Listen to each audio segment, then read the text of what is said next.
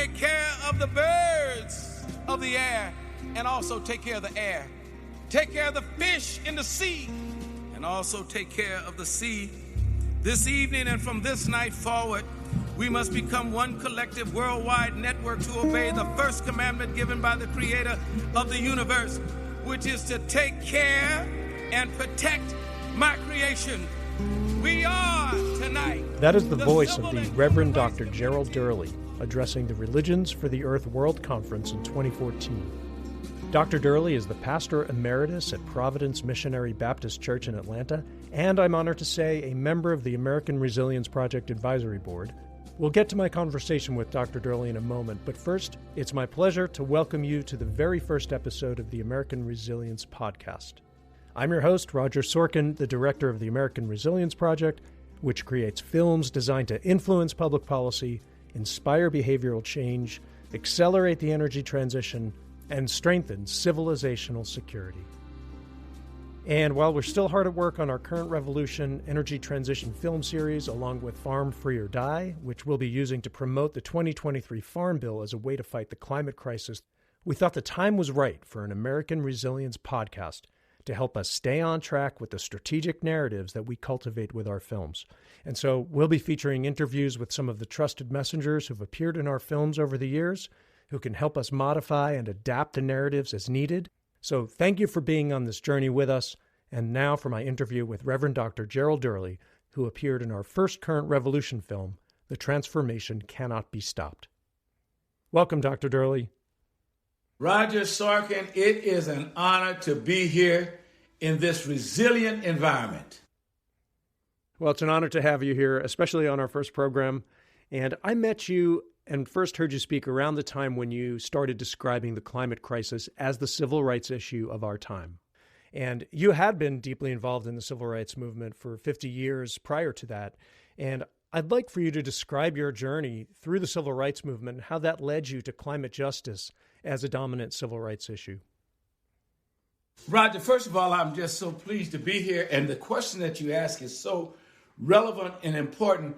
Everything in life is connected. Every journey is connected.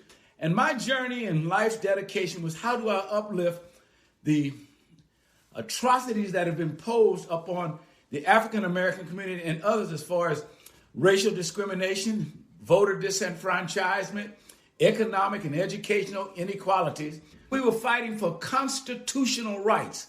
We felt it was constitutionally right for us to be able to vote. It was our constitutional right for us to be able to move into a neighborhood where we could afford and have equal access to health care and jobs. These were equal rights. These were constitutional rights. We fought for the equity all during that time to do this. And I began to see that everyone has a constitutional right to clean water, to clean air, to have a constitutional right not to have their lakes and their streams and their rivers polluted. They have a constitutional right to be able to breathe when they go out without suffering from asthmatic conditions or cancer, as it does down in Cancer Island, 85-mile strip down there in New Orleans, where these people are suffering from the petrochemical companies flooding the ocean. That's a constitutional right. But so many of the companies were, because of putting profits over people, they were denying constitutional rights. So I saw no separation between my fighting for constitutional rights to vote, to live where you can, the right to equal education, and the constitutional right that's granted to every American to clean air, clean water. So that was a 10-year journey. And then, of course, along the way, I became chair of the Interfaith Power and Light, where we're in 40 states, 22,000 houses of worship. But I believe we're in an ethical and a moral warfare. We are fighting ethical and moral warfare when we start denying the rights of certain people to enjoy a perfectly balanced ecological world that God created for all of his creation. Birds, animals, bees, and people, plants. But we're destroying it. So consequently, I make very little, if any, distinction between fighting for the constitutional rights of those that are being devastated by the environment with floods and with hurricanes. So that's where I am on that and how I got into it. So I don't make any distinction now between what I was fighting for starting in 1959, over 60 years, and what I'm doing right now. And I'm very comfortable with it and will stand on that ground. Well, I think many people are glad you're standing on that ground. And as you know, the fossil fuel industry is very good at convincing people that climate change is not caused by human activity. And you don't give up hope when it comes to trying to persuade people of the real truth. So what is your experience trying to persuade skeptics that addressing the climate crisis is in everyone's best interest? I think around climate change, even those on the conservative, far-right conservatives are beginning to understand and grasp that there is no respect to when climate change comes in with its disaster. It doesn't look for a white community or a black community or a Latino community or a gay community or a female community. It's across the board, so they cannot hide. So in order for us to mitigate and change this or stop this and get it back down to 1.5 Celsius, we're all in this together. So I think that gives me the hope to see that this is something bigger and that now we're going to face it. I've come up with a phrase in my own life to keep me surviving, SOS. That means save only some. I'm not going to sit and argue with you and you're sitting on your rooftop and the rain is up to your windowsill and you're saying that this is God ordained. No, the rain is God ordained, but how did we cause it? He's immutable. If I throw a rock up in the air, gravity brings it down. That was put into play by God. But if I throw up a rock in the air and catch it with a handle, that's me interrupting God's plan. And we're interrupting God's divine plan. In our first Current Revolution film, you talked about how public service commissions, the government bodies that regulate our energy system, and each state has their own, which makes it difficult to create a coherent policy that you can apply to every state. You say that public service commissions, or public utility commissions in some cases, don't receive enough attention in the media, but that these government entities in particular are powerful and capable for helping achieve a higher level of climate justice and a more successful energy transition. Can you talk about public service commissions in particular as an area that's ripe for citizen engagement, where people can really feel that they have a direct influence over energy policy? Well, I think many people at my age now, when they get ready to I don't call it retirement, Roger, I call it rewirement. Many people, when you go through rewirement, I'm retired. I'll be 81 years old my next birthday. I'm more excited now than I was when I got into it at 22. So any of those who are listening on this call, if you're not excited and not enthusiastic about what you're doing right now, get involved in something. And so one of the key things to get involved with that controls how much you pay is the Public Service Commission. The Public Service Commission sets up how much we pay for the energy. And in this case, it's Georgia Power here in Georgia. And I had very little problem, if any problem, going down before the Public Service Commission. They made one grave mistake. They asked me would I come down and do a 45-second prayer before they open their meeting. They didn't realize that I was going to stay for the meeting. I stayed for the meeting after the prayer. And I said, before I make my comments, my public comments, I thank God that we opened the prayer that we can all work together. Am I right, commissioners? And we started talking about the nuclear plant. We had to go before the Public Service Commission to try to stop cost of the overruns being put in taxes to the people. So therefore, the things come together. The ethics, the morals, the civil rights. In the scriptures, it said faith. You can have all the faith in the world. But faith without what? Works is dead. Now, the big challenge, if you ask me the question, what is the biggest challenge in facing the mitigation of climate change? The biggest hurdle that we're going to face, I think, if we're to keeping it at 1.5 Celsius, as Pogo said, we saw the enemy, and the enemy is us. It's us. We are not willing to change our lifestyles. And I'm not saying adopt the vows of poverty. No, live. But we're an opulent society.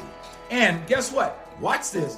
When we as a populace begin to change our lifestyles, then all of a sudden the businesses are going to say they changed the lifestyle. Let's get some business procedures to match the lifestyle, and then we'll pay the politicians to make it legal.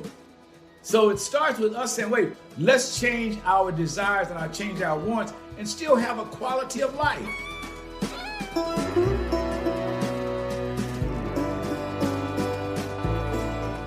You're listening to a conversation with the Reverend Dr. Gerald Durley, Pastor Emeritus at Providence Missionary Baptist Church in Atlanta, Board Chair for Interfaith Power and Light, and Advisory Board Member for the American Resilience Project.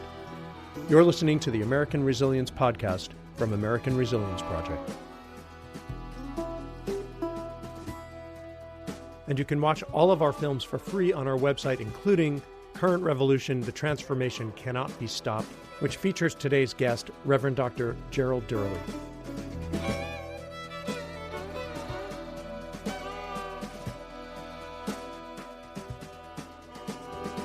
The ravages of climate change transcend race, gender, culture, class, and faith. This devastating man-made disaster negatively impacts all human beings. Climate change is an equal opportunity destroyer of life. We from the civil and human rights community feel that there is a moral obligation and an ethical civic responsibility to speak out with one resounding voice to protect the environment. It is imperative that our voice and message be spoken unapologetically to the political, the educational, the business, the scientific, and faith communities. We must emphatically encourage our political representatives to pass legislation to stop the use of fossil-burning fuel and limit emissions from power plants and cars. We must explore and implement alternative energy sources. God Almighty entrusted us to a perfectly balanced That's Reverend world. Dr. Gerald He gave Durley the of Providence first Missionary commandment Baptist Church in Atlanta, addressing the 2014 Religions for the Earth Conference. And Dr. Durley, we all know that these next few decades, at least the climate crisis, will increasingly pose many challenges for social stability, and that the future, increasingly the present, can sometimes appear pretty bleak. But you have been consistently hopeful. Every time I've heard you speak, it's just nothing but hope. So how do you stay positive and motivated through all the bad environmental news that we hear every day? I've gone through recently, as many people have, some form of tragedy, some form of disappointment, some form of frustration. And we hit a wall and we don't know which way to go. We know it's going to work out. Then the older you get, the more you understand it's going to work out. And so even I've just gone through quite a few challenges with death in my family, with my wife and my son and others.